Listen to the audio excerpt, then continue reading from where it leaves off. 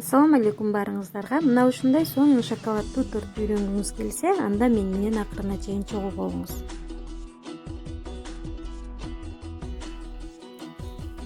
Чумуртка менен сахарды аралаштырып, 2-3 эсе көтөрүлгөнчө айландырабыз. Бисквит жасоонун сыры менен бөлүшө кетсем, бул жумуртканы 2-3 эсе көтөрүлгөнчө айландыруу керек. Жана ошол массага унду аралаштырганда өтө этияттык менен акырындан шашпастан айландыруу керек.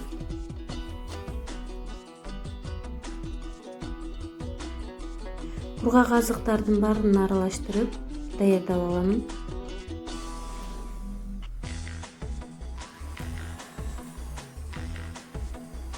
Чумуртканын даяр болгонун билүү үчүн колуңуз менен узор тартып көрсөңүз болот. Эгерде ошол сиз тарткан узор бузулуп кетпесе, анда даяр болгон болот. Ал эми суюлуп жок болуп кетсе, анда дагы айландыруу керек.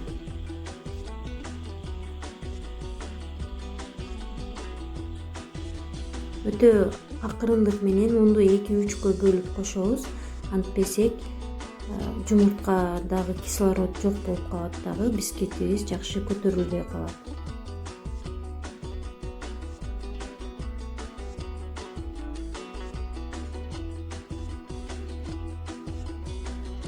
Унду өтө акырындык менен кошконмун, убакыт албоо үчүн видеону тездетип койдум. Мен деле секин кошконмун. Массаны формага салып, 180 градуста кызытылган духовкада 30-35 мүнөттө бышырабыз. Бисквит бышканча духовканын эшигин ачпоо кажет.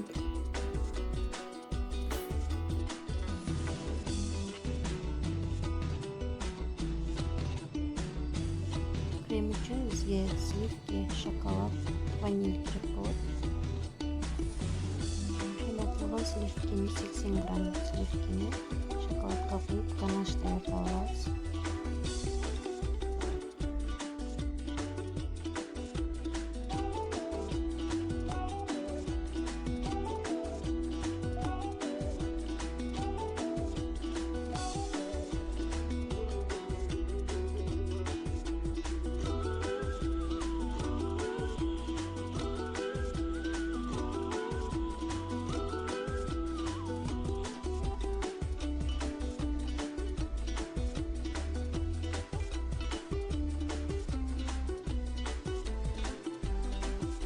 Ганаш муздагандан кийин 170 грамм взбитый сливкини аралаштырабыз.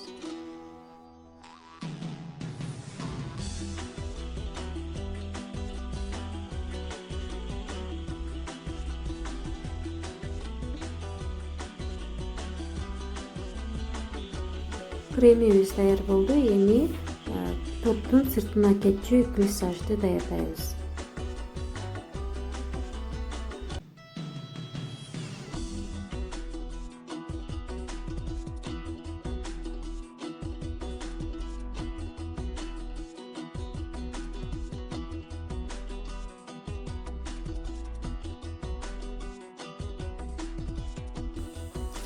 Желатинди алдын ала муздак сууга 10-15 мүнөт мурда жибитип коебуз. Глазур үчүн бизге шекер, шоколад, сгущенное молоко, бал, суу керек. Бир идишке муздак сууну куюп, шекерди кошуп, балды аралаштырып, бир кайнап чыкканча кайнатабыз.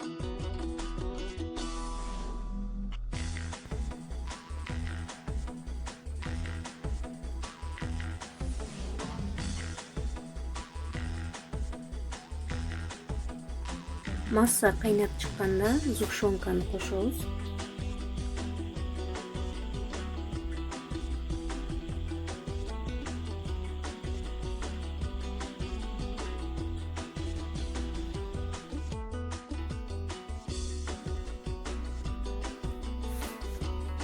Шоколадты кошобуз.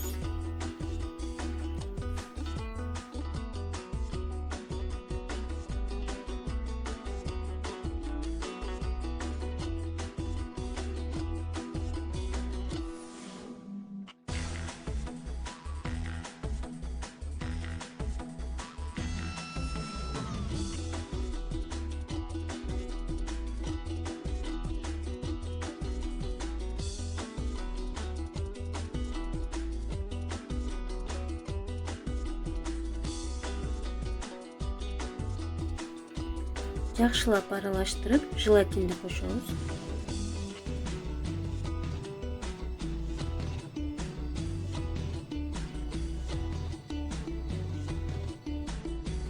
Желатин менен кантип туура иштөө керек, бул тууралуу атайын видео тартып, ссылканы ошол видеонун түбүнө калтырып коем, көрсөңүздөр болот. Масса ысык кезинде пищевая пленка менен контакт тийгизип шоколадка коюп коебуз муздаганча.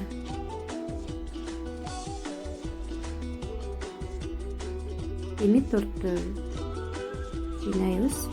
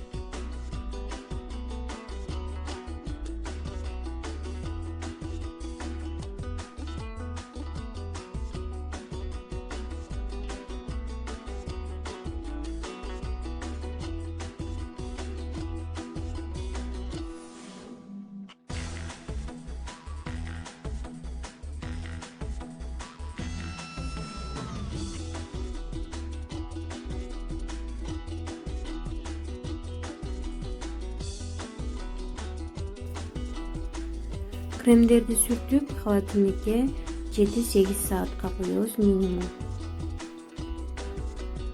Эгер сиз гүл менен ушул тортту кооздойм десеңиз, анда 8 сааттан кийин алып, гүлдөрдү жасап кооздосоңуз болот. Бул биринчи жасап алган глазурубуз.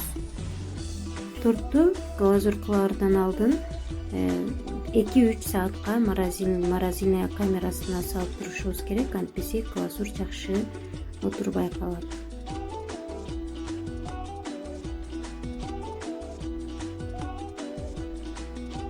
Муздаткычтан алып эле сразу глазурду куюшубуз керек.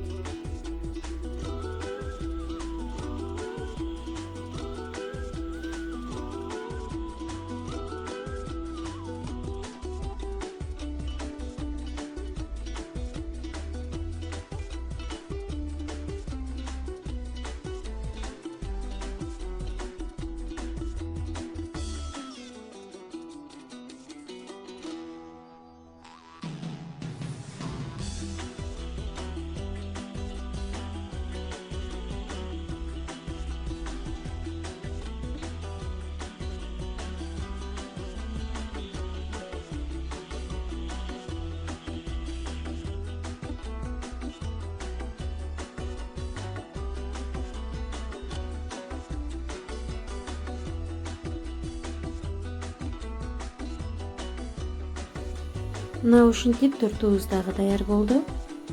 Эгерде түшүнбөгөн жериңиздер болсо, комментарийден сурасаңыздар болот, албетте жооп беремин. Эгерде рецепт жаккан болсо, жакындарыңыздар менен бөлүшүп, комментарий жана лайк басканды унутпаңыз.